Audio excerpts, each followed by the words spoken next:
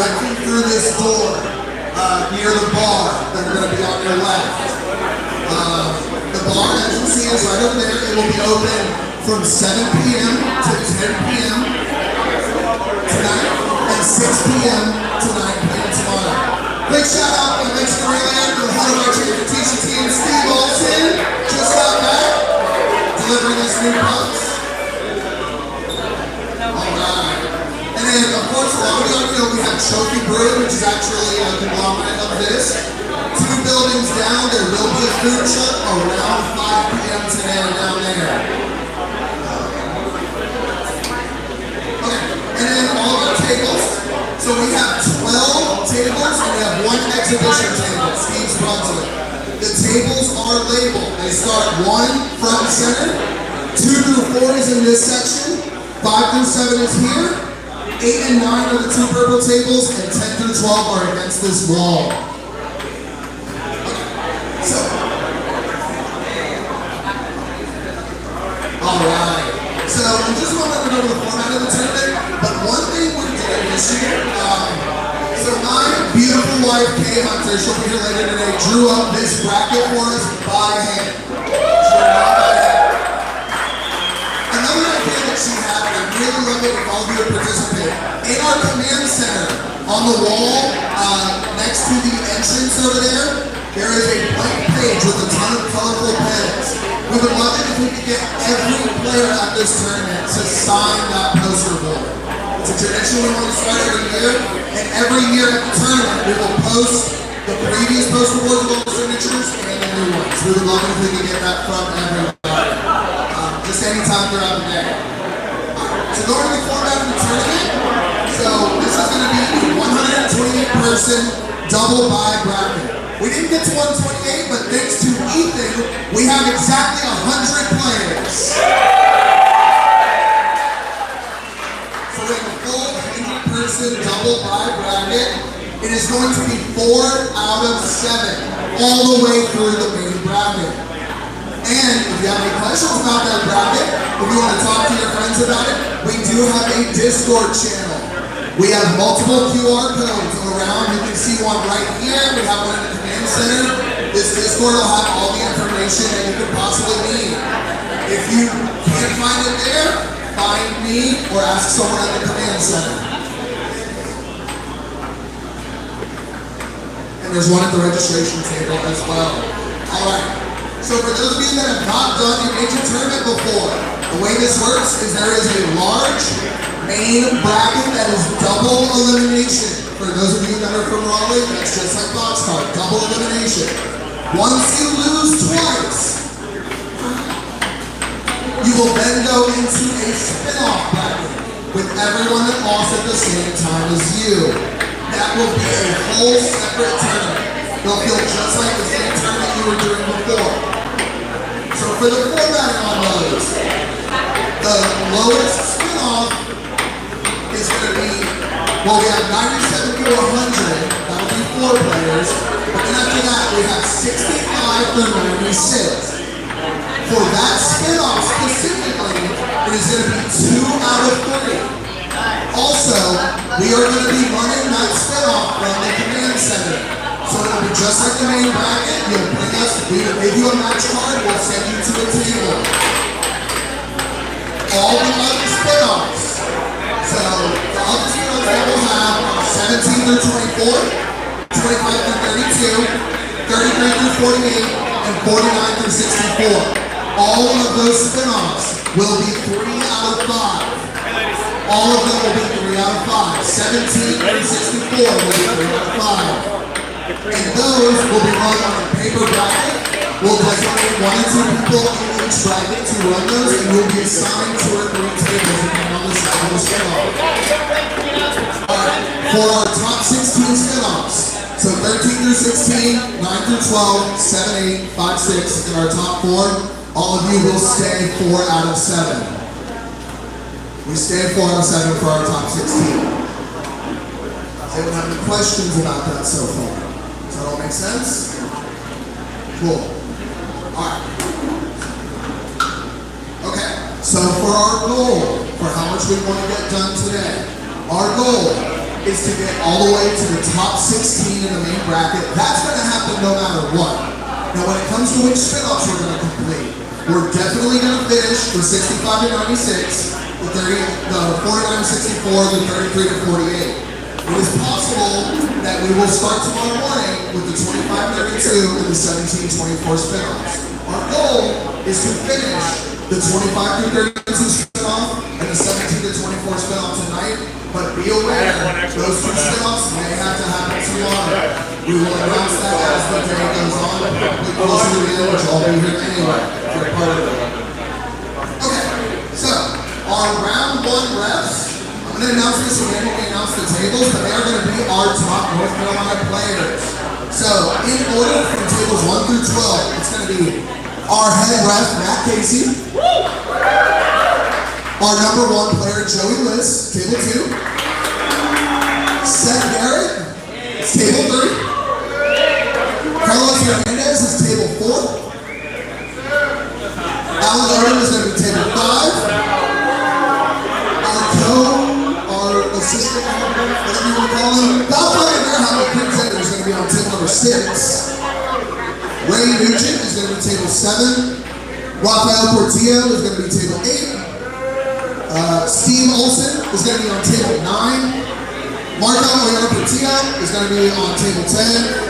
John Casey, as one of our main refs, is going to be on table 11. And table 12 is going to be Dane Anderson.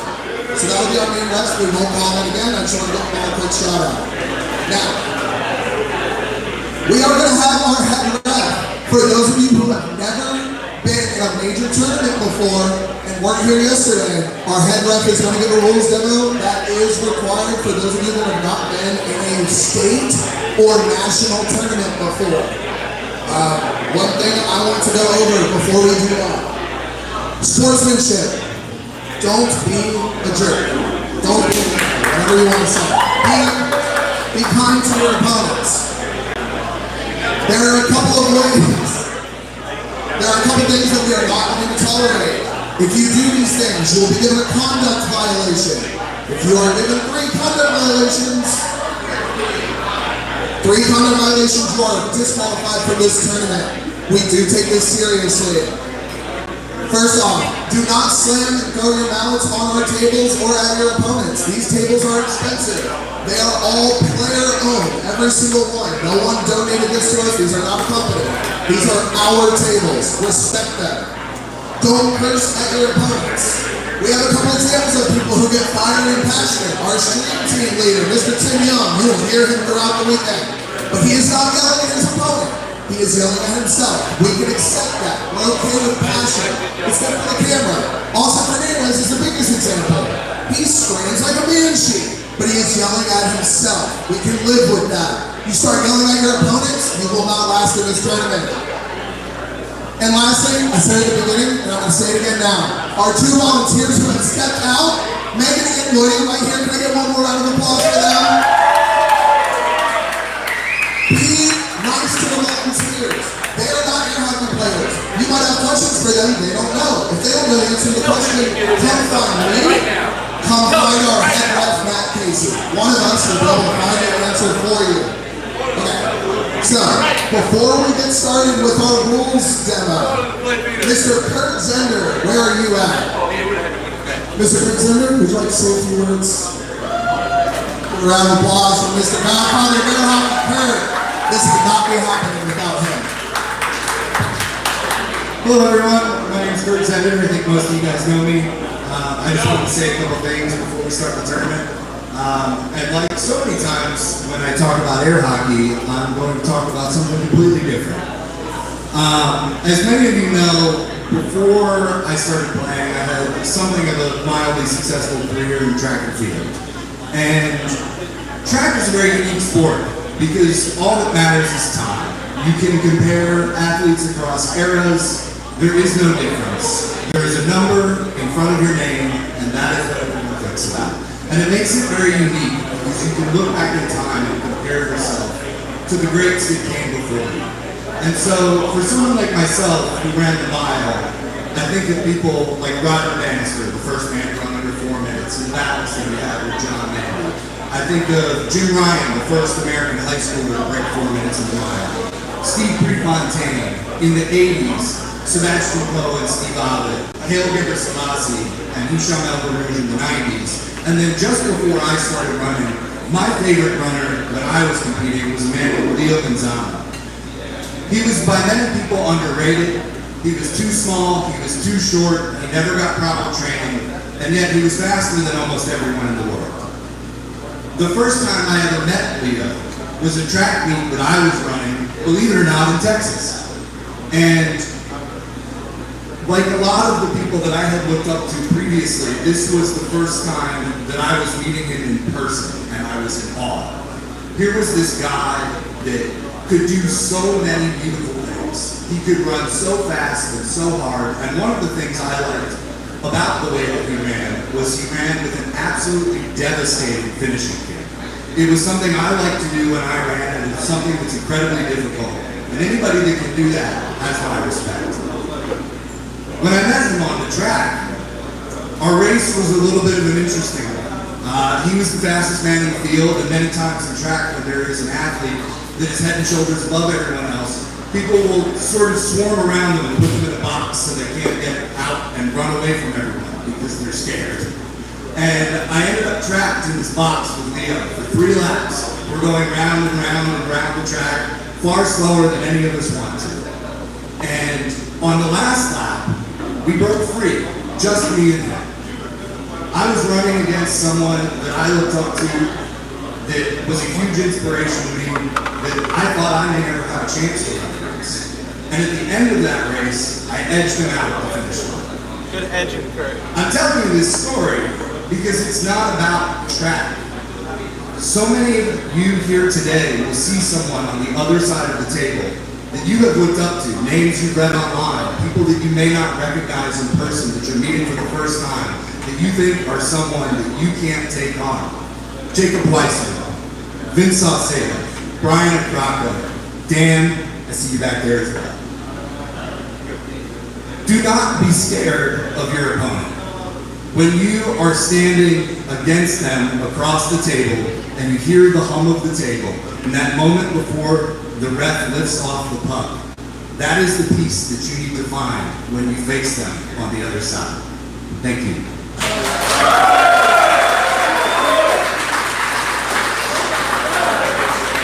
Kurt, thank you so much for that. That was beautiful. It's a great way to inspire everyone to start our tournament. One last thing I want to go over real quick. So for today, the way that it's going to work for referees, when you win, you ref.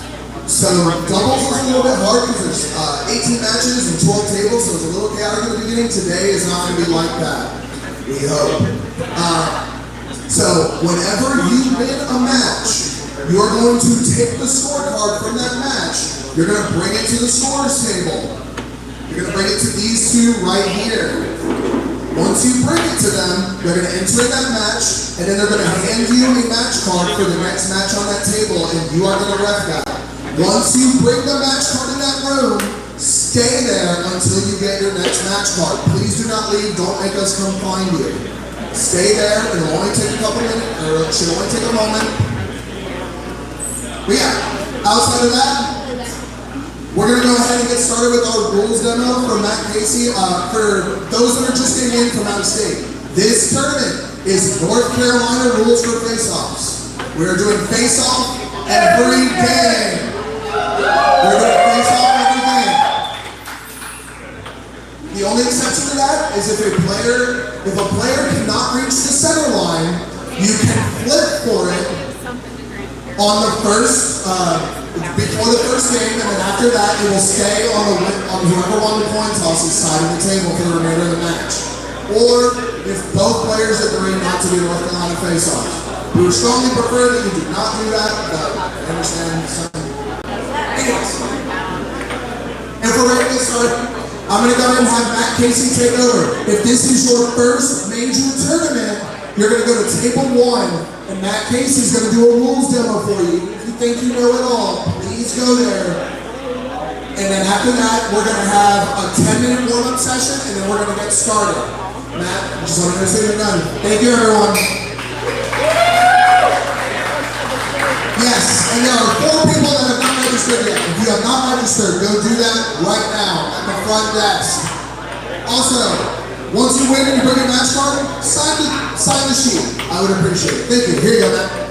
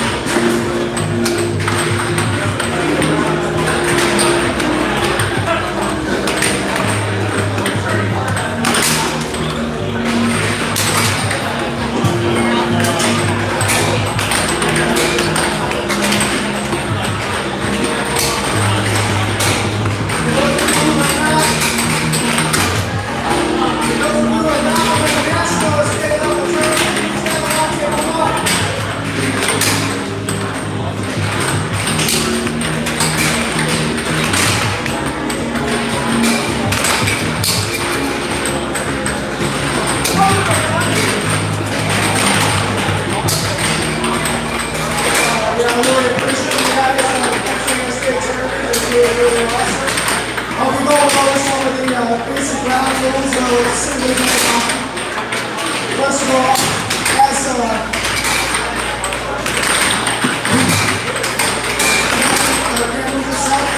if you have to win the first match, you will draft the next match in the competition period. Okay? Now, if you're not going to come up with one night, I just want to say that you do that so we can get experience. Just come on and have us. Me, Marco, we're going to Casey, my brother, and Gino and Tender, who just in the streets. We're going to hit the air on the west. Now, as you know, that's kind of what's up here. The way I'm here is to try to make every match. You make a call, and that's fine. Every call you make, whether it's a trial, whether it's a possession, whatever you want, that's your call you make. It's a judgment call, that's fine.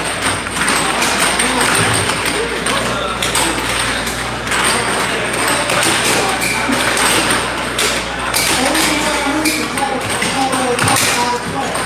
Your opponent, or your opponent, you're not calling on your opponent. Only the ref can.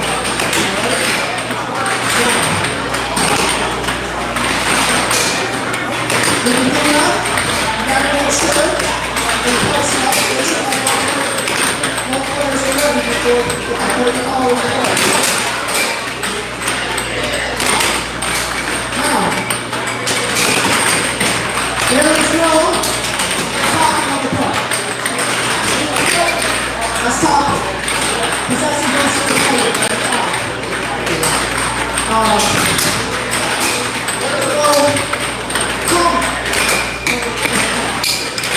That's a defensive cheer, defensive player. Now, if the opponent is a shot like this, that is a penalty shot. You got that shot, so your opponent gets a free shot. If the opponent misses the shot, the puck is a close to it. That's the strong play. Now, center line.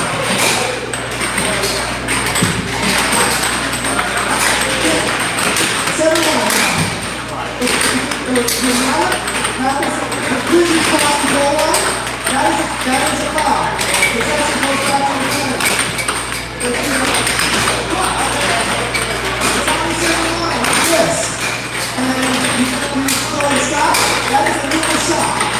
Okay? If the shot happens to go across the center line and you shoot it right off the top. So the puck is happening, so if you touch it the right way, it is a legal shot. Charging. Your pull, raising the back.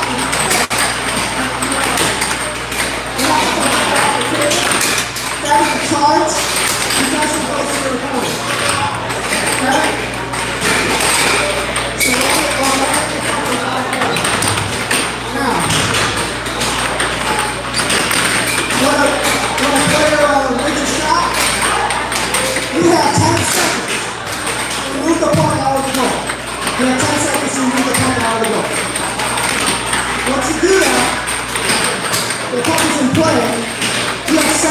seconds to shoot the puck. Anything over 7 seconds of the shot block is a violation. It's actually goes to your point. Alright. Timeouts. You get one timeout per game. One timeout per game, and the timeout can only be called by the offensive player. So, the offensive player shoots, he scores, you can call timeout, or you can call timeout.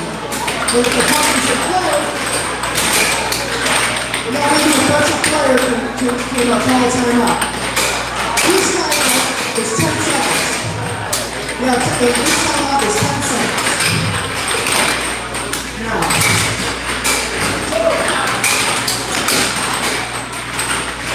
there's 1 minute intermission between games. You have an option to have 2 minute intermission.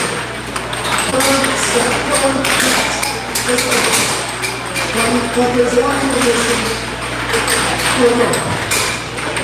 Now it says, remember, this is NC State rules.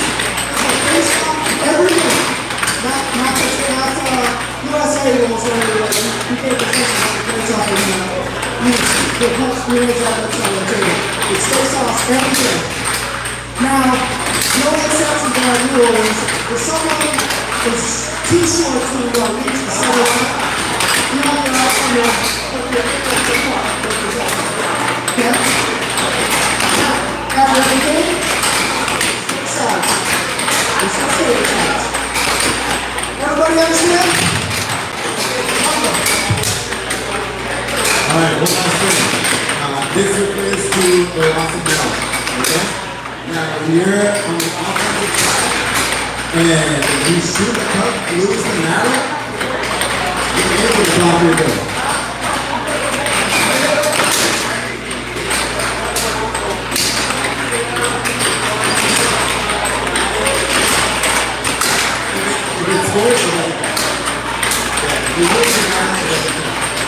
The defensive penalties are matter, and they can't stop it.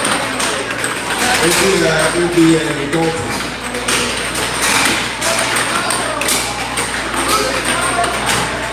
If you lose your mallet and the goal is straight, there's no goal. And if you lose your mallet and it gets scored upon, that is a goal. That is a goal. Any other questions? When the table turns off, but you still have possession of the ball, it's still in possession of the ball. Okay, so the puck, you have to score the ball. Just before the table turns off, it's still a goal. But after, it's not. Before it's